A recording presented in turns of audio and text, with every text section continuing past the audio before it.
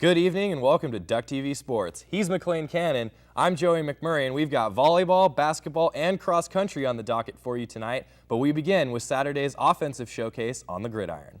The number 4 BCS ranked Oregon Ducks steamrolled the Colorado Buffaloes in a 70-14 rout, improving to 8-0 on the year.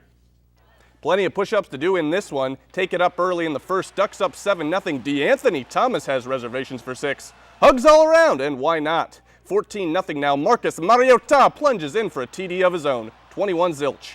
That's got it again. Who dat you say? Black Mamba takes it down the sideline, and he's gone like a pig on the 4th of July. No, I guess I was wrong. Still a nice run.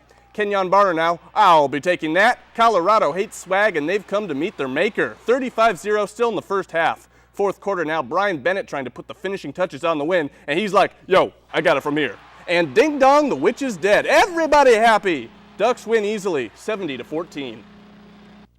DuckTV's Colin Deaver has more on the lopsided win at Autzen Stadium. Oregon's 70-14 victory over Colorado on Saturday was Oregon's 8th win of the season and sets up a much-anticipated matchup with USC November 3rd. Offensively, Oregon racked up over 600 yards of offense, and the 70 points was their most against a conference opponent ever. Kenyon Barner set the tone in the first half with a touchdown on Oregon's first drive of the ballgame, and D'Anthony Thomas electrified the Autzen faithful with a 73-yard punt return in the second quarter. Thanks, Colin. The Ducks' well-balanced rushing attack ran wild for a season-high 425 yards on the ground, with 4 players going for over 60 on the day. Oregon hits the road next week to take on the Trojans of USC in Los Angeles. With more on football in the Pac-12, we toss it to Samantha Saldivar, Nick Rockwell, and Jonathan Stile for this week's edition of Around the League.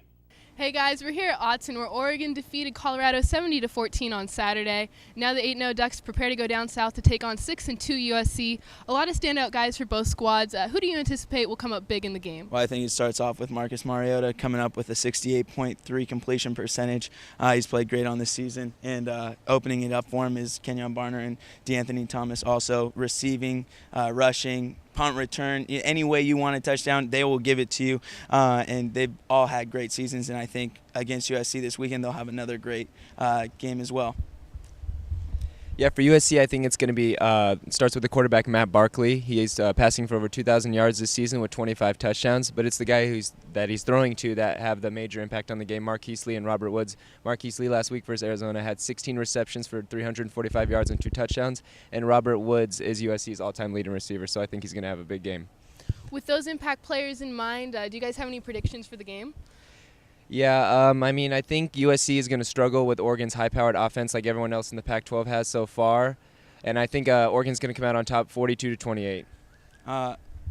For me, it's got to be Oregon coming out on top 58-36. I think it all starts with the Oregon defense, but if Barkley and Robert Woods both have great games like they have the last couple of weekends, it could be a long game for Oregon. Well, it should be an exciting game. Lots of eyes will be on the Pac-12. We'll send it back to you guys in the studio. Thanks, guys. Led by Jordan Hissey's third-place finish, the Oregon women's cross-country team took the Pac12 Championships Saturday at Robinson Ranch Golf Course in Santa Clarita, California. Alexi Pappas finished 4th and Allie Woodward 5th to lead the women to their first title since 1995. The men's team took the number 3 spot, paced by a third-place finish from Trevor Dunbar and a 4th-place finish from Parker Stinson. Both top-ranked teams now look forward to the NCAA Championships on November 17th. On Thursday, the Ducks women's basketball team held their preseason media day to preview the upcoming season.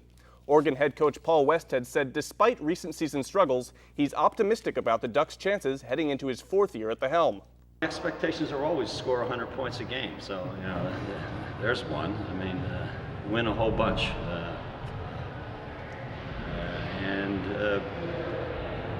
As always, you're going to have some bumps where you're going to lose a tough game and come back and get after it. I would say we're going to be a better team this year than we were last year.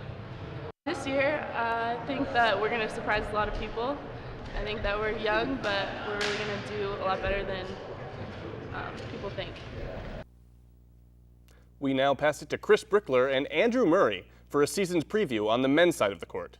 Thanks, McLean. The Ducks basketball season is kicking off on November 5th. Andrew, what are some questions going into the season? Biggest question coming in is backcourt and experience. They lost Garrett Sim and DeVoe Joseph from last year, 2 senior guards. They have Jonathan Lloyd coming back, but he's only averaging 3 points a game. So look for Dominic Artis and Fredrickson III to come in and fill the void quickly. And another big question will be if EJ Singler can be that go-to guy. Can he get crunch time buckets? Can he score while the offense is struggling? If he can propel himself, that'll propel the Ducks. So with that being said, what is the season outlook for the Ducks? The Ducks have a legitimate shot to win the North this year. They have Washington and Cal and Stanford to go against. They'll probably end up finishing somewhere around third best team in the entire conference. Yeah, and I agree with that. I think the Ducks just have too many newcomers with 9 to really be an NCAA tournament threat. I think they'll hover around 500 and finish the season around that range. The Ducks kick off against Southwestern Oklahoma State on November 5th. Back to you guys in the studio. Also on the hardwood, the Oregon Ducks women's volleyball team swept the Colorado Buffaloes Friday behind an 11-kill night from junior middle blocker Ariana Williams. For the 10th time this season, 3 Ducks hammered down 10-plus kills as senior outside hitter Elena Bergsma added 11 and sophomore Liz Brenner finished with 10.